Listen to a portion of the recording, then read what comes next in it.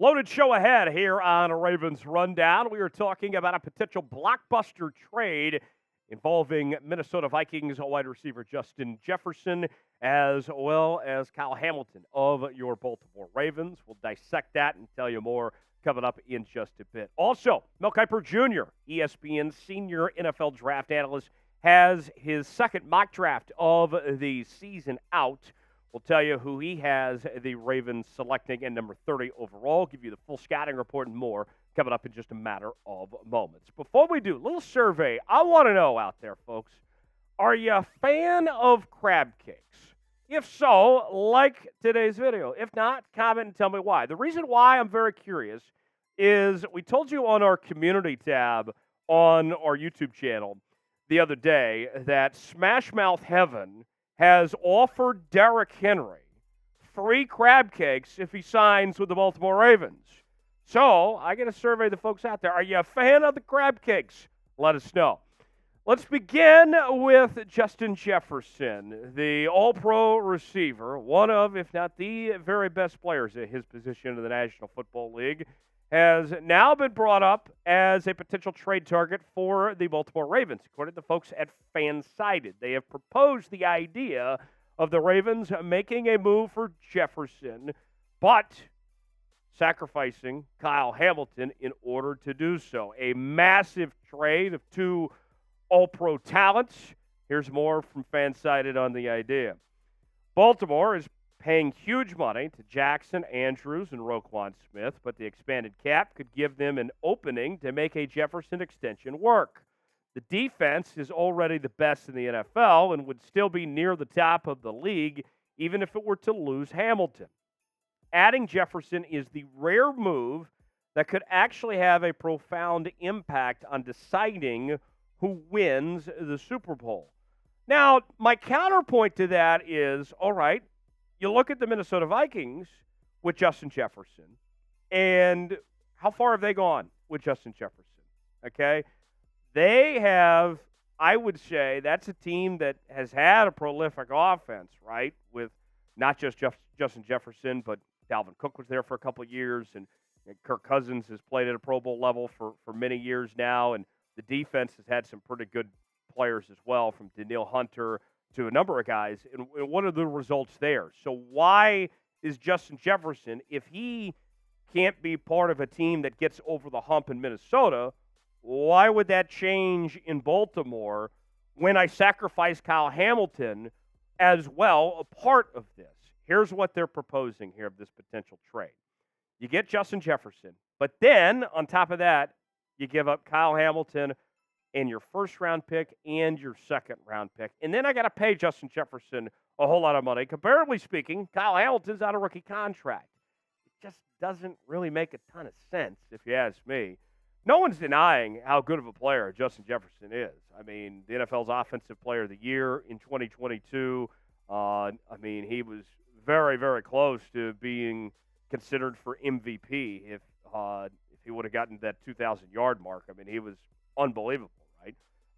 NFL receptions and receiving yards leader. I mean, he's incredible.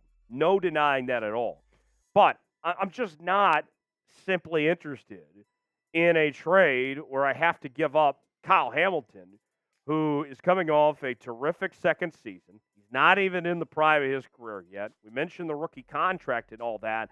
To me, that's just a non-starter, is Kyle Hamilton being involved here. I'm not opposed to an idea of even trading for Justin Jefferson, but that's the killer for me, is involving Kyle Hamilton and all this. I'm just not interested in doing that. Jefferson's been fantastic.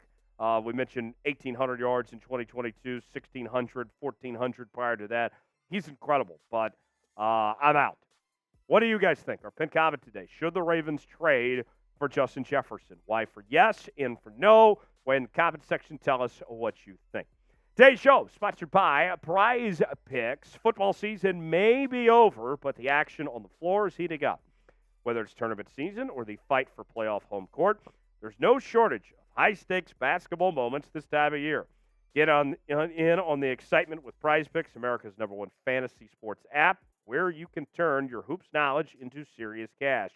PrizePicks even offers injury insurance so that your injuries stay in play even if one of your players gets injured. For basketball games, if you have a player who exits the game in the first half and does not return in the second, that player projection won't count against you and the rest of your entry stays alive.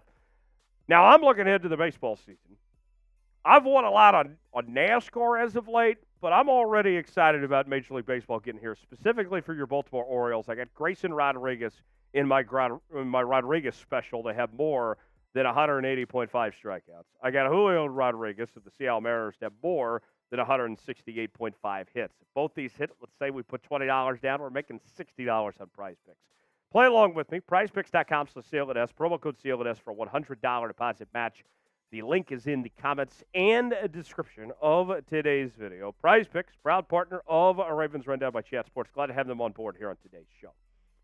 Mel Kiper Jr., ESPN draft analyst, Maryland native, has delivered his second mock draft of the season, and he projected the Ravens pick at number 30 overall. So we will show you this pick in just a moment and react to it. With the 30th overall pick, Mel Kiper projects the Ravens selecting Georgia corner Kamari Lassiter.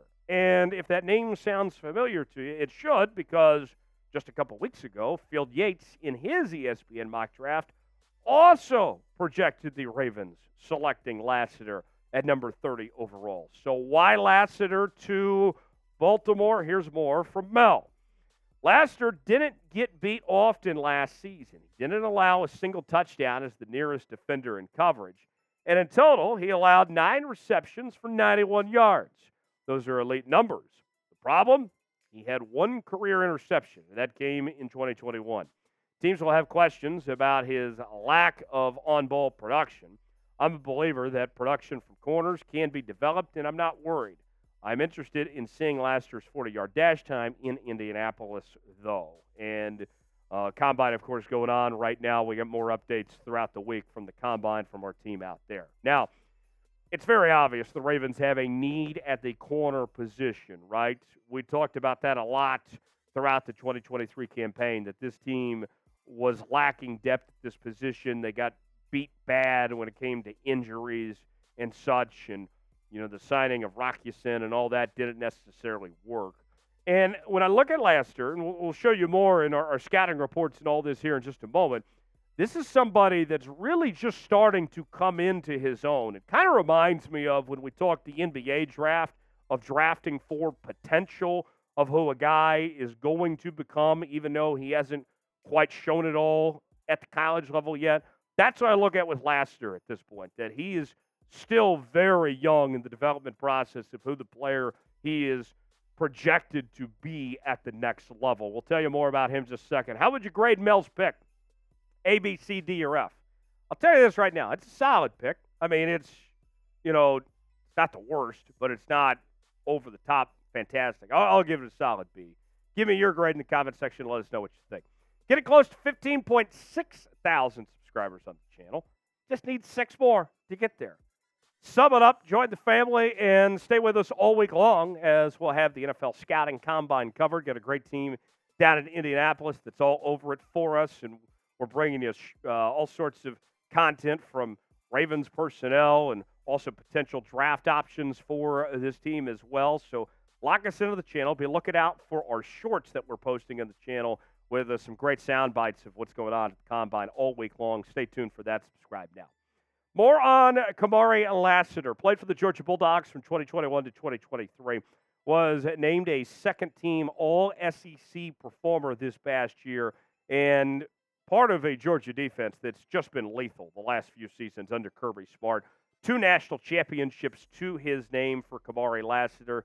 Mel Kiper has him as about the number 5 player on his big board. You heard Mel say no interceptions the last 2 seasons. You got to go all the way back to 2021 to find that. But still 8 pass breakups to his name. The scouting report, very quick feet. He certainly can move well. He's got the vision and intelligence to play zone. You can't say that about everybody. And speaking of something you can't say about everybody at the corner position, he's a fearless tackler, which I got to tell you, that's refreshing considering how many corners we look at that are afraid of contact. He can gamble at times, for better or for worse. And he is a little undersized, lacks ideal weight and strength at 6'180". So let's ask you, with the combine going on this week, who is the prospect that has your attention? Who's the most intriguing prospect that has your interest for the Baltimore Ravens? Give me a name that comes to mind. Let us know what you think. Appreciate you joining us here on this edition of Ravens Rundown. If you enjoyed today's show, like the video. We appreciate it. We'll see you next time.